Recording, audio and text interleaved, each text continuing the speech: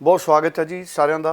बहुत important programme करांगे। Trivedi overseas तो साडे नाल आदित्य धर्माध्यक्ष जी मौजूद ने। त्रिवेदी ओवरसीज़ पंजाब सरकार तो मंजूर शुदा कंसलटेंट्स ने। साडे नाल आदित्य जी मौजूद ने और इशू बहुत वड्डा है कनेडा तो, सो सारे स्टूडेंट्स बहुत ध्यान दे नाल आदित्य जी दीयां सारियां टिप्स सुनन। कोई कन्फ्यूजन है तो स्क्रीन के नीचे नंबर आ रहा है, तुसी तुरंत टैलीफोन करो, पूरी क्लैरिटी वो लो। और किसी भी अजिहे कंसलटेंट को सलाह नहीं करनी जिस को लाइसेंस नहीं है, जोड़ा मंजूरशुदा नहीं है।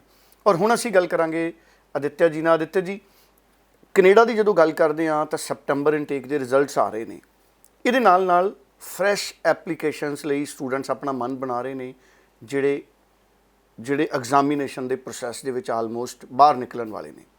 फ्रैश स्टूडेंट्स उन्होंने टारगेट जनवरी भी रखना है, कुछ स्टूडेंट सैप्टेंबर भी टारगेट रखेंगे, पर जिहड़ा ट्रेंड होना है सैप्टेंबर के रिजल्ट्स का, वो दो तीन मेजर रीजन सामने आ रहे हैं। एक तो ये दसो कि सैप्टेंबर इनटेक रिजल्ट्स का ट्रेंड किस तरह का चल रहा है, सक्सैस रेट किस तरह का चल रहा है।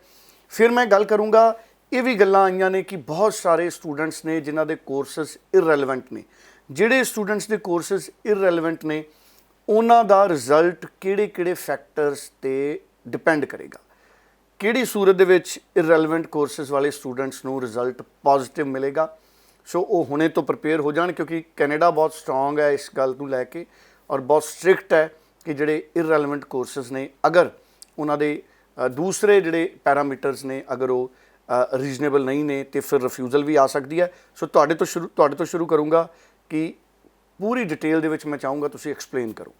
धन्यवाद डल्ला जी, आपने ने बहुत अच्छा प्रश्न पूछा है जिसके बारे में एक डिटेल में डिस्कशन करना बहुत आवश्यक है। किन किन मुख्य कारण से कनाडा में वीज़ा लगाया जा सकता है और कोर्स रिलेवेंसी कैसे एक प्रोफाइल में इफ़ेक्ट करती है, इसके बारे में डिस्कशन करना एक बहुत ही मुख्य मुद्दा है आज के समय में कनाडा के बारे में स्टूडेंट्स के लिए। क्या कारण हो सकते हैं? देखिए, नंबर ऑफ एप्लीकेशन जा रही है। एक कोर्स को पढ़ने के लिए आज हज़ारों की संख्या में स्टूडेंट जा रहे हैं।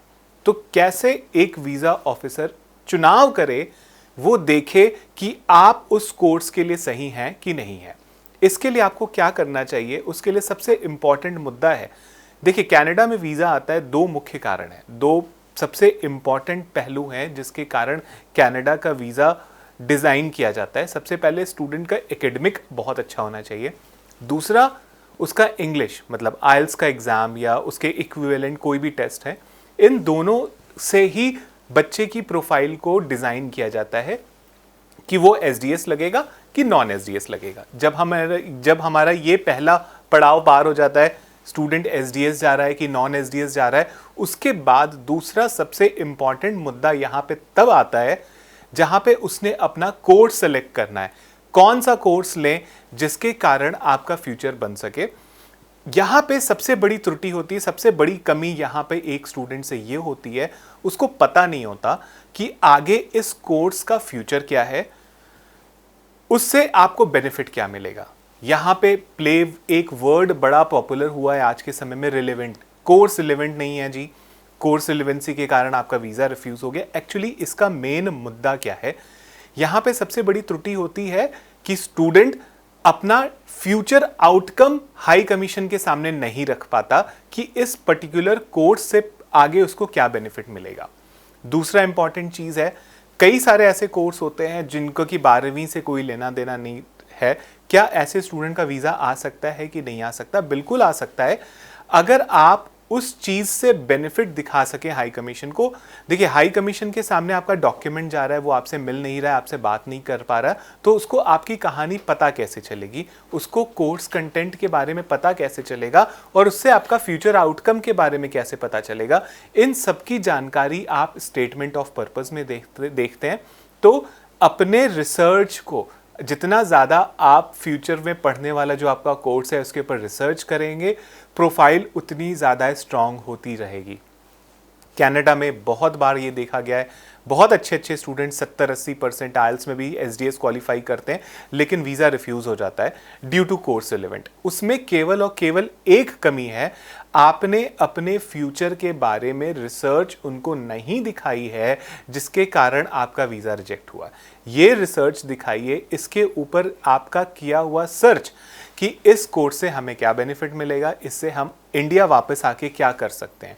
अगर आप ऐसा रिसर्च अपनी एसओपी स्टेटमेंट ऑफ पर्पस में लिखेंगे, कनाडा आपका वीज़ा रिजेक्ट नहीं करेगा।